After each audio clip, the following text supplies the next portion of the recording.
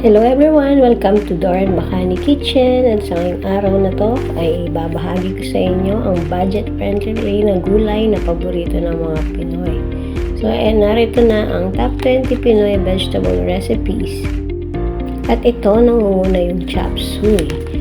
Madalas nating iluto yung Chop Suey sa handaan.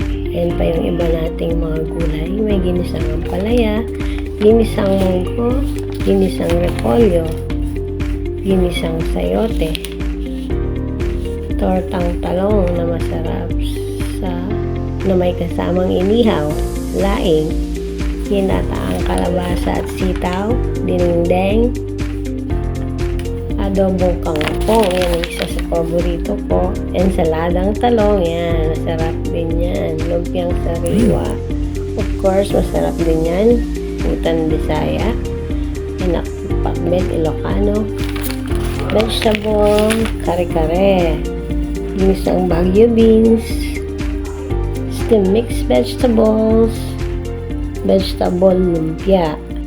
Thank you for watching. Like and share.